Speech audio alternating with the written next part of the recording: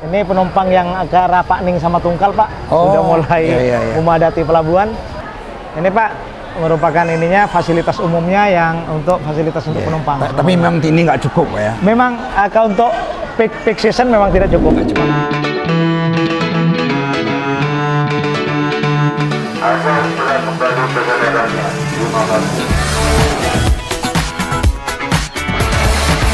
Kalau sebelumnya online, ya? ini diserbu, Pak. Yang kasihan ini anggota saya ini diserbu sana sini.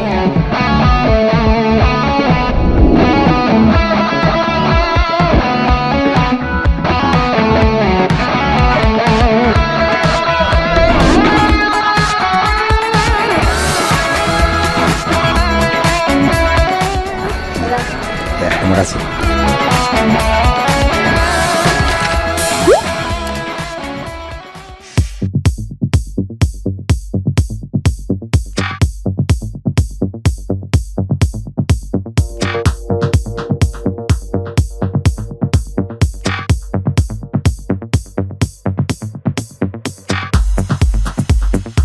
Selamat pagi, Mbak. Ya, saya Socrates dari Socrates Thought Foundation. Mau wawancara Pak Masadik, General Manager PT ASDP Batam. Ya, terima kasih. Selamat pagi, Pak. Pagi. Ya. Apa kabar, Pak Masadik? Baik. Alhamdulillah. Oke, terima kasih. Mohon maaf, Pak, mengganggu kesibukan. Siap, silakan.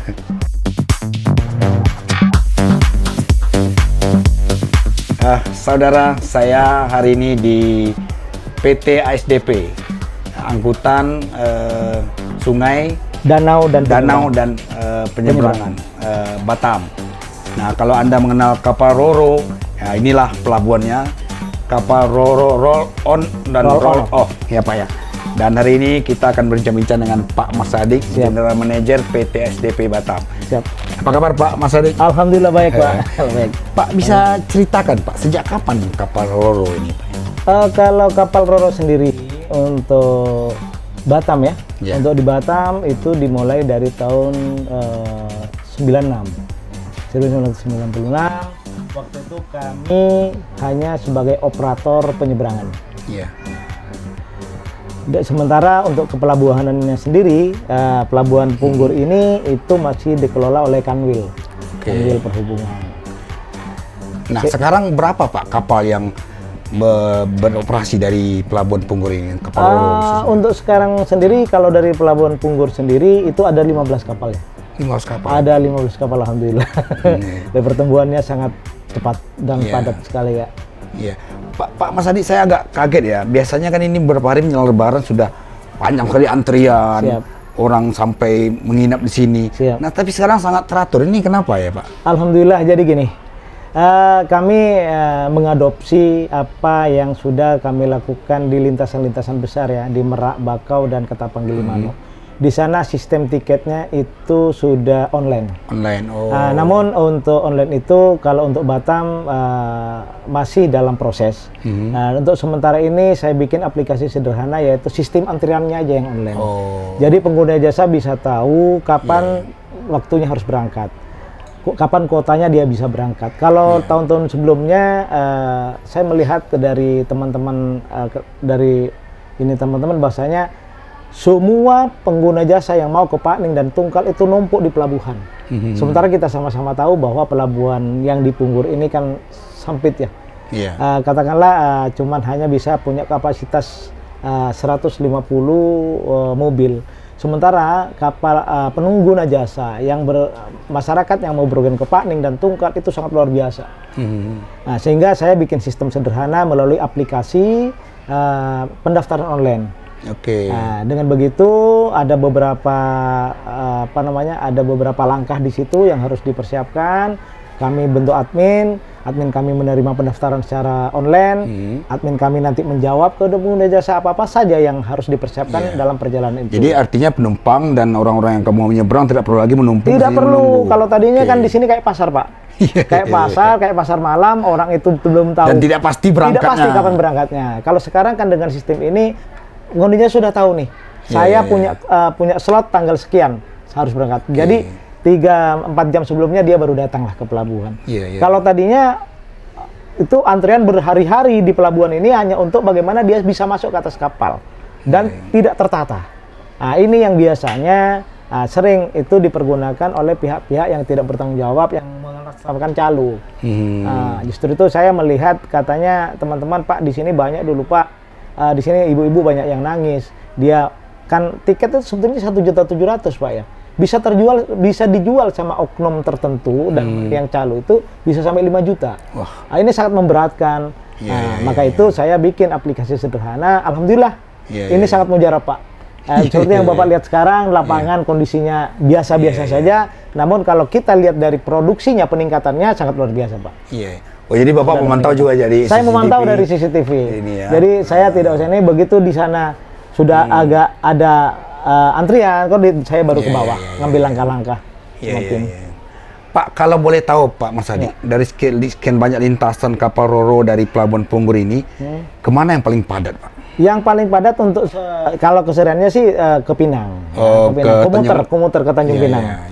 Namun untuk hari-hari besar itu yang padat itu biasanya ke Sungai Pakning sama ke Tungkal, ke luar daerah. Ya, ke Jambi dan Pekanbaru lah, Pak, ya. Pekanbaru. Oke. Ya, itu memang jadi favorit lah buat ini ya, Pak, ya. Kemudian ini, Pak Mas Hadi, saya ingin tahu, Pak, kadang-kadang masih banyak warga yang bertanya, mobil dan motor seperti apa yang bisa menyeberang keluar, Pak? Ini kan Batamnya agak unik ya, Pak. Ini kan jadi memang di sini kan spesifik ya. Daerah ini ada spesifik buffer, apa namanya? Ada red zone ya, free trade zone. FTZ, FTZ.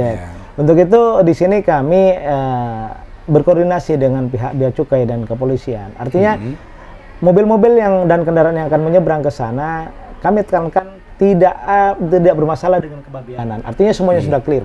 Setelah clear, kami layani tiket, baru mereka nyebrang.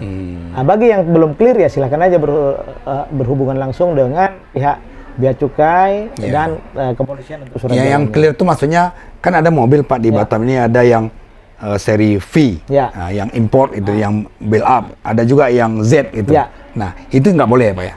Intinya gini, kalau sebetulnya kami tidak ada pengklasifikasian untuk boleh dan tidaknya. Cuman kan di sini ada, di pelabuhan kami ini lengkap, Pak. Ada pihak bea cukai, ada pihak kepolisian. Yang penting beliau itu tidak ada masalah dengan kepabianan. Artinya tidak ada masalah dengan pihak kepolisian. Siapapun boleh nyebrang. Oh gitu. Jadi kami tidak ada syarat khusus yang membenarkan bahwa plat V tidak bisa nyebrang, karena kami sifatnya kami cuma operator. Kami bukan mengatur itu. Yang mengatur tentunya ada pihak-pihak lain, ya gitu. Pak, tapi kecenderungannya, Pak, yang terjadi warga Tanjung Pinang itu lebih bebas bawa mobilnya ke Batam, Pak, daripada warga Batam membawa ke Tanjung Pinang. Iya, Pak. Karena saya lihat mendengar dari beberapa pihak bahwasanya dari Tanjung Pinang katanya bebas saja, Pak, mau kemana saja. Tapi kalau yang dibatasi katanya yang di sini. Hanya di Batam. Yang di Batam. Itu makanya di sini saya bilang tadi di sini spesifik. Karena dari beberapa daerah yang saya ini kan baru di Batam ini ada pembatasan. Saudara, ternyata begitu luas jangkauan kapal Roro dari Pelabuhan Telaga Punggur ini. Nah, kita akan tanyakan ke Pak Mas Hadi, General Manager PT SDP Cabang Batam, kemana saja jalur lintasan kapal Roro ini dan apa saja yang dibawa, baik dari Batam maupun keluar Batam. Apa saja, Pak, yang kemana saja kapal-kapal ini melintas, Jadi, Pak, dari kalau Batam? dari Batam ini sendiri, terus terang ini ada 17 lintasan ya. 17 ya? Ya, untuk Kepri sendiri kami melayani 17 lintasan. 17 lintasan itu ada yang di dalam provinsi, juga ada keluar dari provinsi. Di dalam provinsi mungkin Punggur Pinang, Punggur Uban ya, Punggur Uban, Punggur Dabo, Punggur Karimun. Selain itu adalah Punggur Tungkal, Punggur Selari. Selari itu di Pekanbaru ya, Pak, Riau ya. Terus dari Uban itu yang panjang. Uban, Matak, Subi, Medai, Serasan, Tambelan, Sintete. Jadi ada 17 pulau yang kami hubungkan. Dan rata-rata yang diangkat kalau untuk dari luar daerah itu bapokting, bahan pokok penting. Apa saja itu, Pak? Itu lembu katanya orang sini ya, sapi, daging, ya buah, ya sayur, ya beras. Saya lihat kan di Batam ini kan daerahnya konsumtif ya. Jadi semuanya dari luar. Jadi kami. Berarti dari sana lah sumber bahan pokok di Batam itu. Iya, dari sana, dari luar sana. Jadi sayur apa sebagainya kami angkat itu rata-rata kalau dari Tungkal, dari arah Jambi dan karena gini, yang dari arah Medan dan Jambi, yang ke Jambi itu yang ke Tungkal itu rata-rata dia sayur, buah dan lembu dan daging ya. Dan untuk sementara dari arah Riau juga tidak kalah ininya juga di situ ada beras. Pokoknya bahan-bahan pokok penting yang menjadi kebutuhan masyarakat. Pak, saya juga dengar sekarang malah dari daerah Sumatera Barat misalnya Pak, dari Payakumbuh misalnya itu malah langsung ke Pakning, ke Salari itu langsung ke Batam. Dan seperti itu terjadi belakangan Pak ya. Jadi untuk Batam sendiri ini makanya di sini hubnya ya. Di sini hubnya yang ASDP Cawang Batam ini merupakan hub. Ini dari semua lintas. Dari Sumatera, baik dari ini semuanya itu sudah kami layaninya. Sudah kami layani. Justru kami juga lagi menyusun telaah nanti bersama-sama dengan pihak BPTD bagaimana ininya lagi bikin telaah ke depan bagaimana kalau dari Punggur ini bisa melayani langsung ke Sumatera, langsung ke mana? Langsung ke Padang mungkin, langsung ke Medan, tapi lagi dalam telaah. Kajian gitu ya. Pak. Ya. Jangan perlu diketahui oleh masyarakat juga bahwa SDP di sini tidak bekerja sendiri Pak. Di sini ada 3 elemen ya yang mau bisa menjadi koneksitas daripada SDP sendiri, yaitu dalam hal perizinan. Kami dari pemerintah provinsi yang ngasih izin untuk lintas dalam antar kota dalam provinsi itu adanya di dinas provinsi. Terus untuk mengenai pengaturan, pengendalian dan pengawasan itu BPTD Pak. Jadi kami murni operator. Pihak regulatornya ada di BPTD, Balai Pengelola Transportasi Darat, Kementerian Perhubungan. Jadi itu makanya sinergitas 3 ini elemen ini harus memang betul sinergi untuk bagaimana kelancaran kepada pengguna jasa penyeberang itu bisa diteralisir. Pak Sadik, berarti kalau begitu sangat penting ya perannya SDP dalam hal tidak hanya orang, karena tahun 2021 pun saya lihat kenaikan persentase jumlah penumpang orang itu juga luar biasa, naiknya tinggi sekali Pak gitu. Nanti juga barang gitu, dan yang itu menyangkut bahan pokok. Yang Bapak bilang tadi itu mempengaruhi juga pada kebutuhan masyarakat di Batam gitu. Nah, apa yang terjadi Pak kalau seandainya salah satu lintasan itu macet misalnya? Nah, itu Pak. Ini yang sebetulnya ya mohon maaf ya. Kami belum dilirik Pak ya sama pihak pemangku kebijakan nih. Ya mohon maaf nih sebetulnya. Jadi sebetulnya kalau mau ini ya, mau jujur kita bahwa keberadaan SDP itu kalau menurut kami karena di sini Kepri ini kepulauan Pak. Iya betul. Bagaimana seandainya SDP tidak hadir di sana? SDP merupakan sangat penting Pak kalau menurut kami daripada angkutan-angkutan lainnya. Nah, kalau angkutan penumpang banyak mudah yang bisa mengangkat, tapi bagaimana dengan kendaraan? Bagaimana dengan bahan-bahan pokok? Ujung tombaknya ada di SDP Pak. Karena mereka dengan dia pedagang mengirim barang langsung dengan mobilnya, itu kosnya kan kecil Pak. Dibanding dia harus menurunkan barang itu melalui kargo dan sebagainya. Itu kosnya sangat tinggi dan kendalanya pasti banyak barang yang rusak. Nah, untuk itu menjadi sangat penting kalau menurut saya SDP itu menurut kami menjadi urat nadi lah Pak tentang perekonomian yang ada di Batam. Kenapa saya bilang begitu? Bapak coba bayangkan bila mana SDP katakanlah semua kapal SDP tidak operasi 1 hari saja.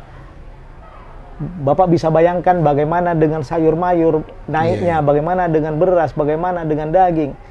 Karena Batam ini kan konsumtif, semuanya dari luar daerah, dan itu semuanya kami yang ngangkut Pak. Nah gitu, makanya saya nanti akan sowan ke pemerintah daerah dalam ini kami minta diberikan ruang khusus lah, bagaimana supaya apa yang Bapak perlukan dari pemerintah? Terus terang kan kami dalam hal pelabuhan ini kan masih dalam penataan Pak ya, dalam penataan, dan kami sama-sama tahu karena di sini hubnya. Maka kami mungkin butuh dukungan dari pemerintah daerah itu bagaimana untuk aksesnya. Akses kan ini in-out-nya masih ini Pak, in-outnya masih di pintu yang sama. Mungkin nanti ke depan kami akan melalui pintu yang berbeda. Oh, jadi in-nya berbeda, out-nya berbeda. Namun ini kan butuh dukungan dari pemerintah daerah Pak. Karena di sini sama-sama tahu ini wilayah yang ada di sini nih semuanya punya BP Batam ya Pak ya. Iya. Nah, makanya nanti kami secara khusus kami akan sowan kepada Pak Wali, secara khusus kami juga akan ngomong sama Pak Gub bahwasanya kami mohon diberikan ruang lingkup yang luas lah untuk itu. Karena kami berada di sini untuk kebutuhan masyarakat Kepri Pak. Betul. Nah itu.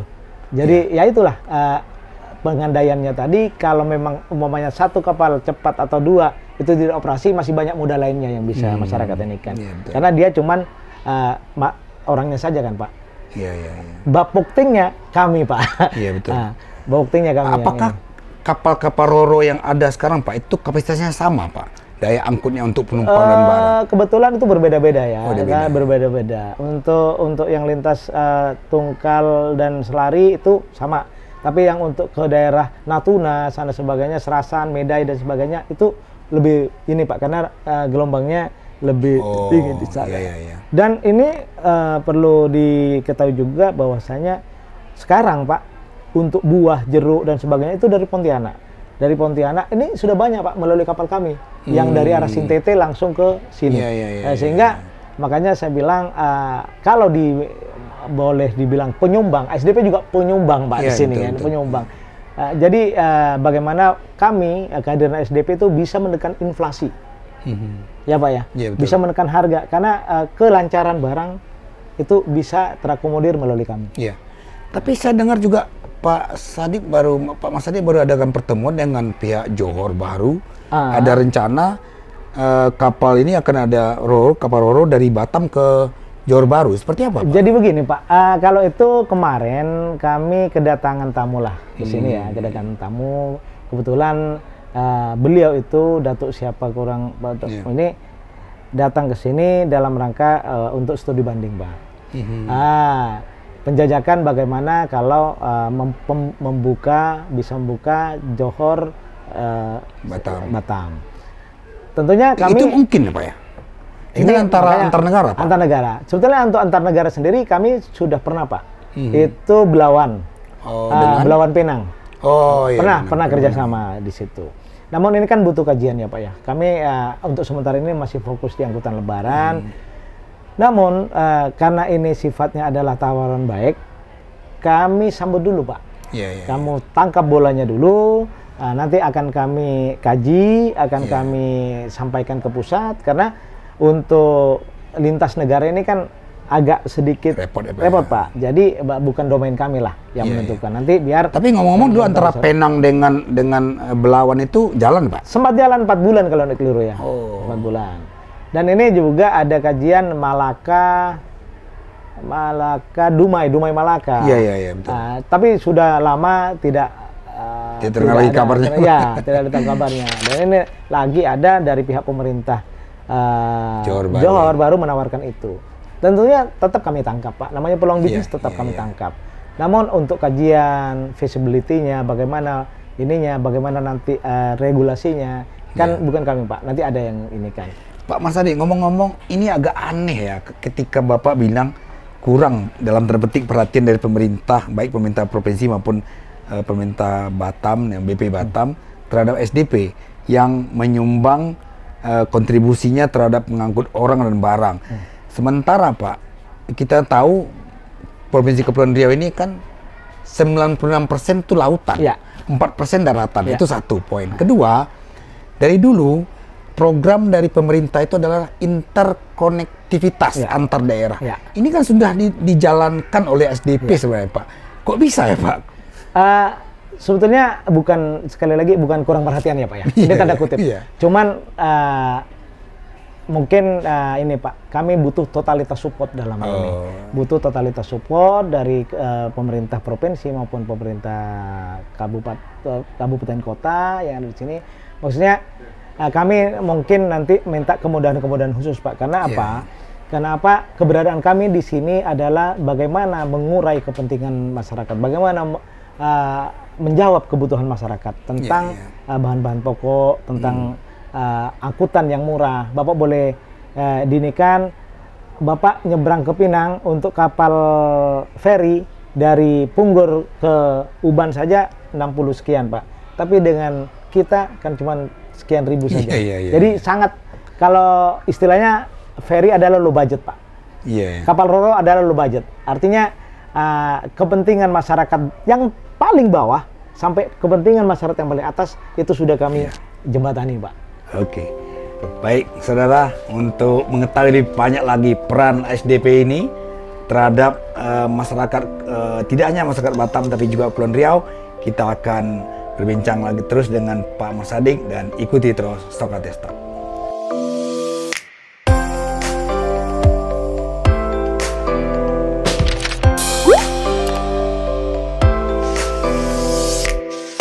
Ya, lagi bangun kantor, nanti di sini semuanya jadi ruang tunggu, Pak. Iya. Ini kan sebetulnya ruang tunggu yang di-skat.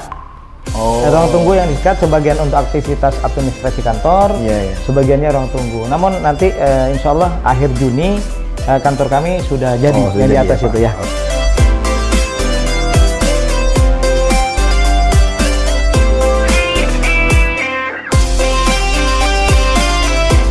Saudara, saya di Pelabuhan Telaga Punggur, Pelabuhan Roro, dan kita lihat aktivitas di pelabuhan ini bersama Pak Marsadik. Ayo Pak. Baik. Ya ini Pak, kita mencoba keliling. Ini fasilitas-fasilitas pelabuhan yang kami punya. Mungkin dimulai dari ruang tunggu dulu ya Pak ya. Ini ruang tunggu Pak. Nah ini ruang tunggu Pak. Oke. Ini ruang tunggu. Ini penumpang yang ke arah Pakning sama Tungkal Pak. Sudah mulai memadati pelabuhan.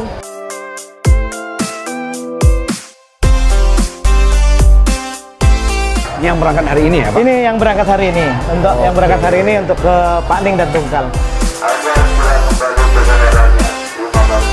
Nah, ini sebetulnya kantor kami yang tadi itu kan ruang tunggu Pak. Cuman sementara kami skat sambil nunggu pembangunan yang ada di atas itu ya. Ini bagian ruang pelayanan kami Pak kepada masyarakat yang ada. Itu fasilitasnya Pak, fasilitas umumnya, toilet, ruang menyusui dan medis. Ada semuanya. Ini Pak merupakan fasilitas umumnya yang untuk fasilitas untuk penumpang. Tapi memang ini nggak cukup ya? Memang kalau untuk peak season memang tidak cukup. Makanya ini. Tapi kalau hari biasa cukup? Ya, hari biasa sangat cukup Pak. Karena landai. Ini kebetulan agak peak. Nah ini Pak penjualan tiketnya yang. Ini pelayanan loket di sini Pak. Karena tiketnya semuanya sekarang sudah by system Pak. Sudah tidak ada tiket manual lagi, semuanya pakai sistem. Dan lebih teratur ya Pak? Ya, ini para petugas kami yang lagi melayani. Ini loketnya. Lancar ya Pak? Alhamdulillah. Lancar. Karena sudah. Iya. Kalau sebelumnya ini diserbu Pak. Yang kasihan ini anggota saya ini diserbu sana sini. Sekarang karena semua orang mau berangkat perlu tiket dan tidak pasti berangkat. Tapi sekarang sudah tertata dengan baik ya Pak. Alhamdulillah. Sip Pak. Nah, ini Pak, ini setelah loket, setelah pembelian tiket, maka mereka ke ruang tunggu. Ruang tunggu sambil nunggu. Ini berangkat jam berapa ini Pak? Ini berangkatnya jam 1 Pak, jam 1 sama jam 3. Tapi karena ini peak season jauh-jauh jam dia mereka sudah ini ya Pak? Mereka sudah ini.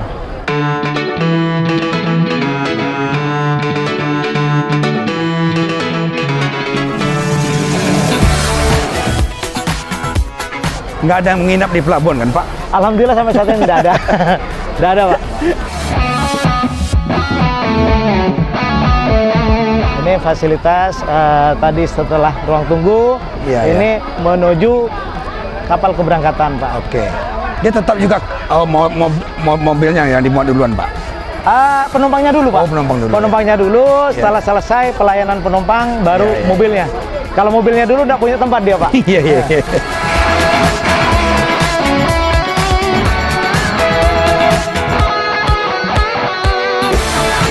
Ini para petugas pelayaran kami Pak. Dari sini ada juga dari ini yang praktek. Ini juga para karyawan. Berapa banyak personil Pak? Personil kami kalau untuk di lapangan sendiri kurang lebihnya 20 Pak.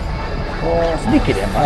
Ya, di lapangan saja. Ya. Nah, ini saudara kami, ini dari JN, Pak, manajer JN. Sekretaris, Pak. Nah, jadi satu korporasi dengan kami, cuman yang apa yang saya sampaikan tadi. Oh, ini ada posko juga ya, Pak? Ada posko. Sudah, posko jauh-jauh hari sudah kami siapkan mulai tanggal 7. 7 kemarin sudah kami siapkan. Iya. Jadi ini para petugas posko sudah ada semua, Pak. Iya. Ini posko khusus angkutan lebaran. Ah, ini kebetulan ini dari BPTD, Pak. Pak. Ya, Pak. Ah, ini Pak, beliau nih, Pak. Lagi ngeliput tentang ini, Pak, SDP, Pak. Untuk regulasinya di beliau, Pak. Pengawasan, pengendalian, dan ini, Pak, dari beliau semuanya. Marah-marahin. Kalau saya Tapi jauh salah, lebih tertib gimana, Pak? sekarang ya, Pak? Ya, Sejak sama, Pak. sistem online ini ya. Sama kawan-kawan SDP juga, artinya udah pakai sistem ya. Walaupun pendaftaran masih Google Maps ya. Pakai WA sementara. Tapi untuk ke depan kita pakai Webs. Iya. Oke. Sekarang yang datang udah pasti dia udah akan berangkat.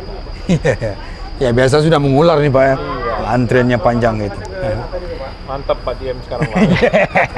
Kita bisa lihat ke kapal, Pak? Boleh. Ya. Ya, Pak, terima kasih ya, Pak. Silakan, Pak.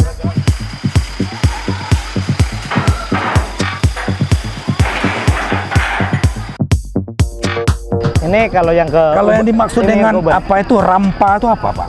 Oh, rampa itu ramdor, Pak. Oh. Pintu ramdor. Itu istilahnya Rampa. Iya. Itulah sebut roll on, roll off. Ya. Artinya, Pak ya. Roll on, roll off itu punya dua rampa yang berbeda. Iya. Saya baca aja bisa nggak tahu artinya. Iya.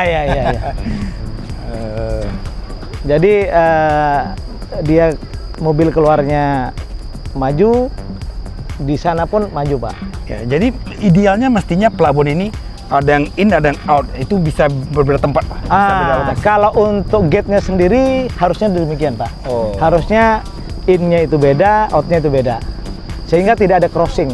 Seperti mana contohnya misalnya, Pak? Di pelabuhan mana? Pelabuhan lain selain yang di sini semuanya sudah beda, Pak. Mestinya bisa karena cukup banyak tempat sebenarnya, Pak ya, untuk in out itu gitu. In out ini kalau untuk yang sekarang yang di sini dipaksakan juga nggak bisa, Pak. Makanya kami nanti mencoba bersama BPTD akan mengadakan SWAN ke pemerintah daerah, Pak. Kami rencana mau ini mengenai yang jalan ke atas ini, Pak. Jadi nanti outnya langsung ke sana. Ini saya sementara outnya ke sana ya, Pak ya.